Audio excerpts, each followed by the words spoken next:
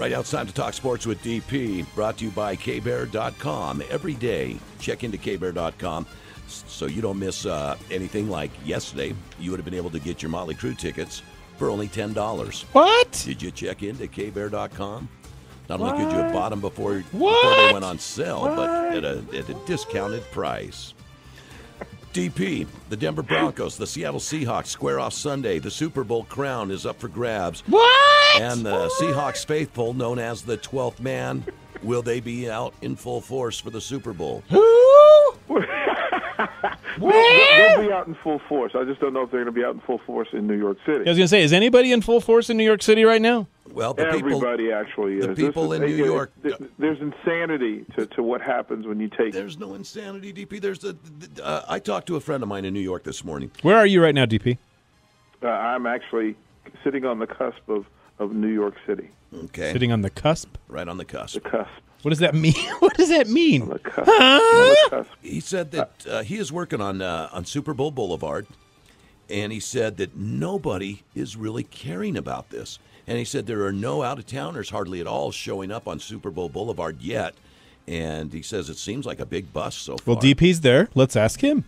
Well, what I would tell you is that I know that a lot of folks are driving in because it's New York City, and they were afraid of bad weather. Folks were waiting to see. They didn't think they'd be able to fly in. So a lot of East Coast folks are actually just going to drive up or take the train up Friday, Saturday, Sunday, and get in and enjoy the festivities without taking the risk of getting snowed in. And look, in case you haven't been to New York City, it's not exactly the cheapest of hotels. It's not exactly the cheapest of it. It costs you more to park in New York City than it does to get top level hotels in Salt Lake City. Wow. Yeah, I've never been there. That's crazy. Yeah, I mean you'll pay more to park than you do for say a room at the Monaco. Man, that is insane. So from what you're saying, then a lot of people are waiting till the day before, a couple, like today, tomorrow, to get there. So really, is it slower than other Super Bowl weeks that you've been to? Yeah, and I've had, I think I've been to the last 9, and I think that this one definitely is different. One, the weather. Look, it's all about the weather. The weather around the country hasn't been good. Travel hasn't been good. And then the fear factor, because people are like, wait a minute, I'm not going to spend a whole boatload of money and then end up not being able to get a flight in, having my flight canceled, being snowed in. And the idea of sitting out, I know for Utah it's not that big a deal to sit out in the snow or to be cold while watching a sporting event outdoors.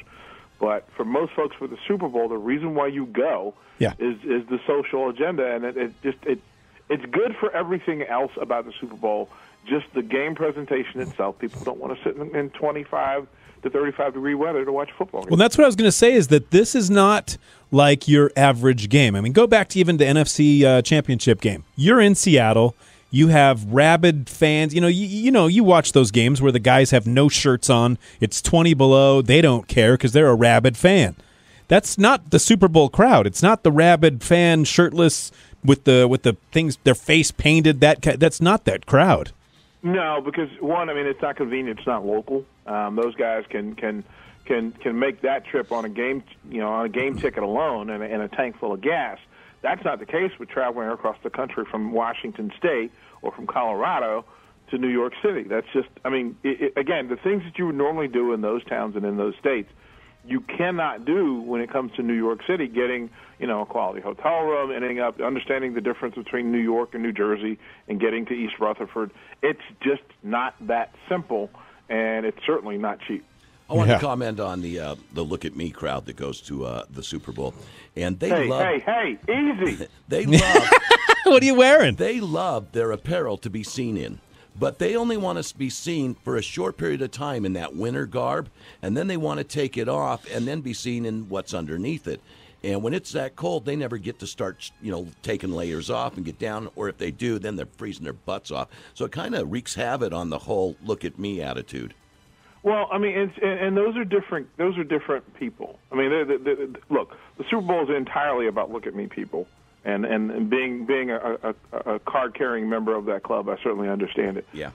But I'm certainly not a part of, hey, let me take my shirt off and get on TV guy.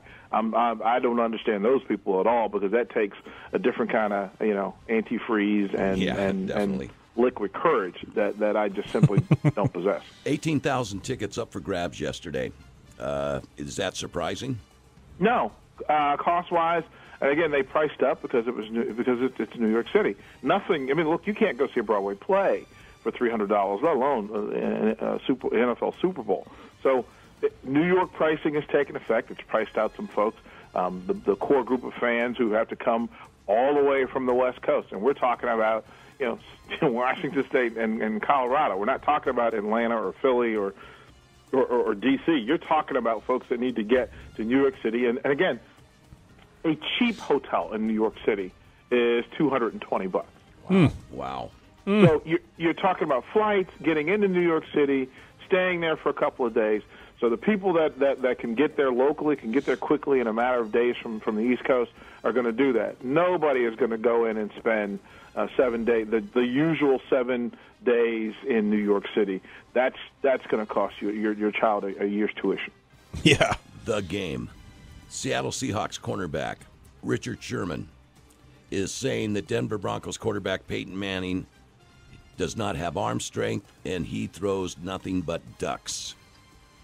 Wonderful marketing. Once again, you're talking about Richard Sherman, and that was the point. His whole look, he's been masterful at getting folks to identify who Richard Sherman is. No kidding. Talk about him. You're once again you're talking about Richard Sherman, and that was what. Not like it's necessary for Super Bowl weekend, because that's what it's for. Yep. For people to talk about players and to draw interest and stir up, whether it be faux heat or otherwise. So, look, Peyton Manning's a Hall of Famer. Richard Sherman's brand new. And whatever Richard Sherman says about Peyton Manning, at this point, is simply marketing. It's simply hype. It has nothing to do with it. And I'll tell you, also, away from the microphone, Richard Sherman has nothing but the most respect for Peyton. Yeah, exactly. And if you look at Twitter followers, Richard Sherman, prior to the comments a couple of weeks ago, he had very few followers, 13 to 25, exploded. Now he is one of the highest. He is the highest followed player in the game right now.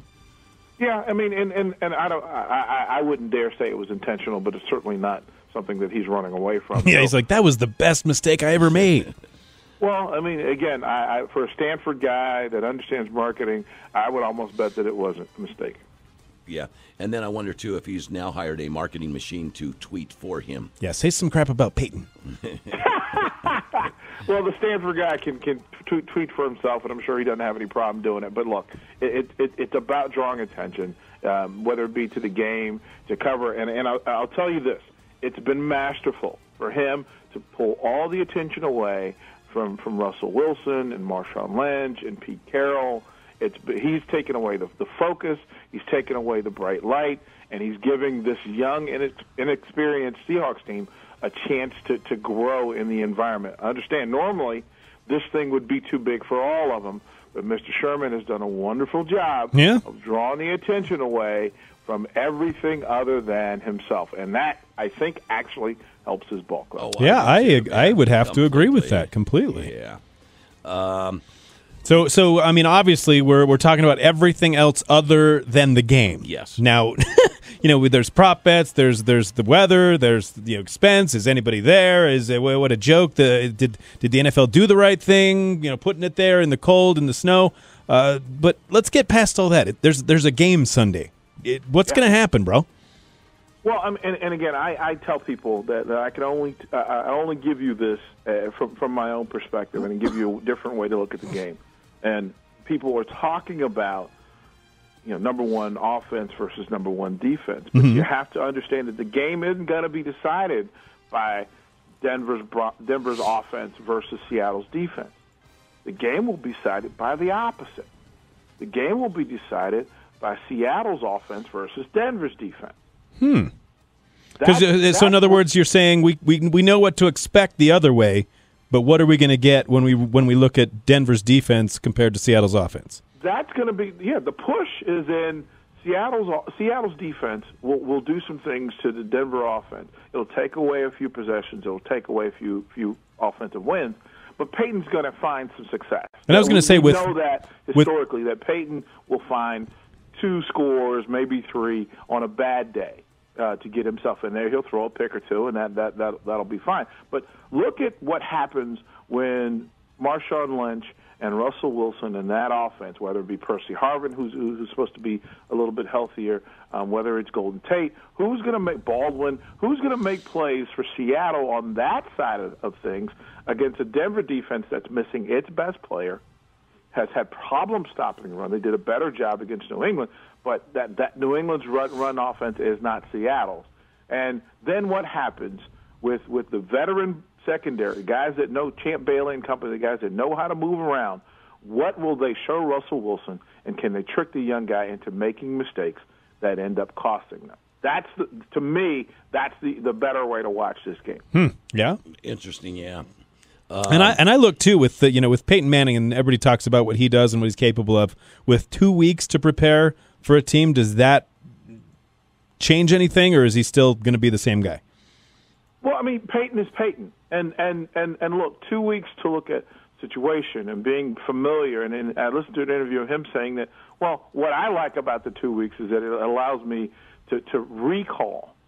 It allows me to go back to situations that we had seen during the season and things that Seattle's going to show us, and having some point of reference to be able to communicate to my guys what we're going to do. And that's something that Peyton does that Russell Wilson can't. Thank you. That's a huge advantage that Peyton Manning has, that 2 weeks into this thing, he's had the ability and the freedom to look at film, break it down, identify situation and circumstance, and to be able to communicate that. Seattle's not going to show Peyton Manning anything that he hasn't seen. Can that be said with Russell Wilson and Denver Bronco defense? And I would say to you, this thing, look, it'll come down to a play too, but I'm looking forward to the game itself. Yeah. More than any of the past Super Bowls, maybe in the last 4 years. Really? Well, this is a chess match. Because, and I understand this thing here as well. What people haven't talked about in this thing are the coaches.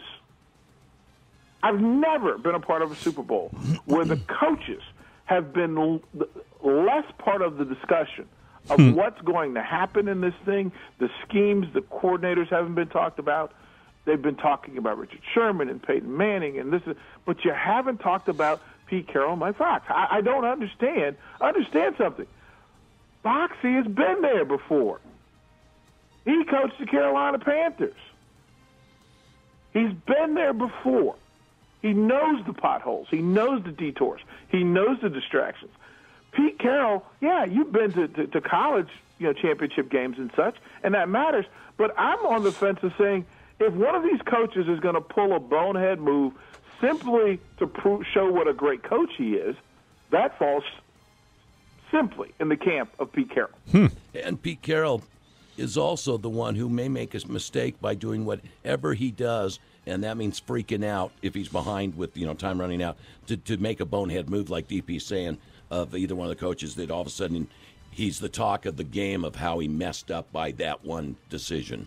Yeah, and is that what you're saying? Is the guy that would call a flea flicker, just to show what a great coach he is. With a 2-point lead. Yeah, I got you. I'm going to do the onside kick. I'm going to do the quarterback pass. I'm going to do, something where he'll send Russell Wilson out on a pass play backside just so he can show what a genius he is. Yeah, exactly. And I'm not anti-Pete Carroll, but to me, as you break down the game, and this game is, again, the basic X's and O's of it are simple. But I think the intangible things that people are missing is that Fox has been there, Carroll hasn't, but Carroll's been a big game, dice roller in college. So I don't know that there's enough advantage in any part of anybody's game, other than I think that to me, the Seahawks have hunger. They have fire. They have 21 guys that weren't even drafted, who shouldn't be in the league, who shouldn't be in the game, who should not be there. They found a way. And then, Mick, you like to look at the story behind the story. So the story tells you that Peyton Manning should get the fairy tale finish. Yeah. What if the fairy tale finish is about a town and a state they haven't won a championship since the Sonics back in '79. They've been there. They haven't had to go. Not the Mariners, not the Seahawks, not the Sonics. They simply haven't found a way to win. And maybe this is their opportunity. Maybe this is their time. I think that's another way to look at it is maybe the fairy tale isn't the Cinderella people are looking at. Yeah. Maybe it's another one. And I was thinking about that also. Alan and I this morning were kind of talking about that in the back of my head. I was going, well, you could really kind of script a pretty nice story with Seattle winning this game also as the ugly stepchild that nobody expected to grow up and, marry the prince in any way. And all of a sudden they did. And normally, the Seahawks would be the underdog in this thing. And we understand how America loves the underdog. Yeah. Normally, without Richard Sherman and the fiasco, without the 12th man who may miss some of the points of being an NFL fan, that normally people would root for Seattle because they haven't won. Denver's established. They've won rings already. Everybody loves to see the new guy get his ring. Yeah. Normally, that would be the case. That hasn't been the case with the Seattle Seahawks. People aren't jumping on the bandwagon. People aren't rooting for them in that underdog kind of way. And I think a part of it is that unearned swagger that they seem to have. But that may be the thing that makes them unbeatable. That may be the thing that gets them over. They're too dumb to know they're not supposed to be there. Yeah. I watched a man on the street last night on some channel, and about 15 people were asked the question, who you taking? And all 15 took Denver. And that might be the sign right there that surprise. And, again, if you're a ref and you're betting on the game, you can create a beautiful outcome for yourself. Well, and look, and having enough Utah connections, I stay connected to all things Utah. And when Eli the Ape from Hoggle Zoo says that the Seahawks are going to win, Eli's been right the last 6 years. Really? Yeah. He's been right the last 6 years. He's picked correctly. And yesterday, according to resources, Eli picked the Seahawks to win. Yes. I'm a bit of the Silverback family myself. I intend to support that. Look, I'll say this as simply as I can say it. I really want Peyton Manning to get this win. I'm rooting for the Broncos, but if I have to pick, I'm going to go with the Seattle Seahawks to break the schneid. I think they finally get off the schneid and get a championship. I just simply think they've got enough street factor where they just don't respect the tradition, and that might be enough to win. Yeah, you catch that out. So true. He tells us, that Denver's going to win. I know. And then he tells us, there's a difference rooting for Denver. Yeah. So when we talk to him next week, he can go, I told you guys I was rooting for Denver. Or if Seattle wins, he can go, I told you guys that Seattle would be. I say it clearly. I want Denver to win, but I am picking Seattle. Oh, okay. Which same thing. Yeah, exactly. Look. You don't bring me on because I'm not that smart. Have you been a fan of the Duck Dynasty at all? Mick, you've known me for almost 15 years. There's a guy on this show, Phil Robertson, and I think he's the dad. I think he is. I've never watched the show. But he played quarterback at Louisiana Tech University in the late 60s, which you would have never guessed looking at the guy. And he left school early so he could focus on duck hunting, which opened up the spot for their backup quarterback, who was Terry Bradshaw. Yeah. And I thought that was kind of an interesting That's really interesting story. Well, their entire history is interesting. Look, I'm not a fan of the show. I don't, certainly not my cup of tea. Power to anybody that digs it and gets into it.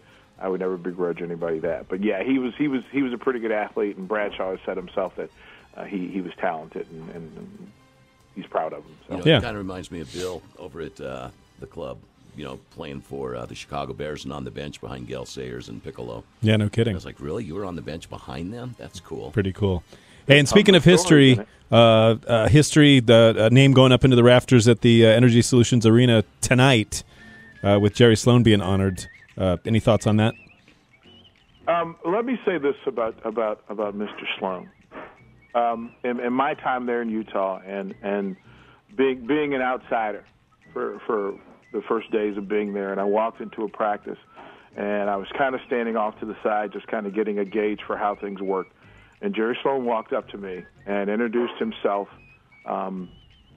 He offered his hand to me and said, "If there's anything that you need from me, you let me know. And if anybody bothers you, you tell them old Coach Sloan gave you the okay." And that gave me enough cred to walk in that building and interview folks and do the things we need to do. Coach Sloan was solid. He was so rock solid, but quietly kept.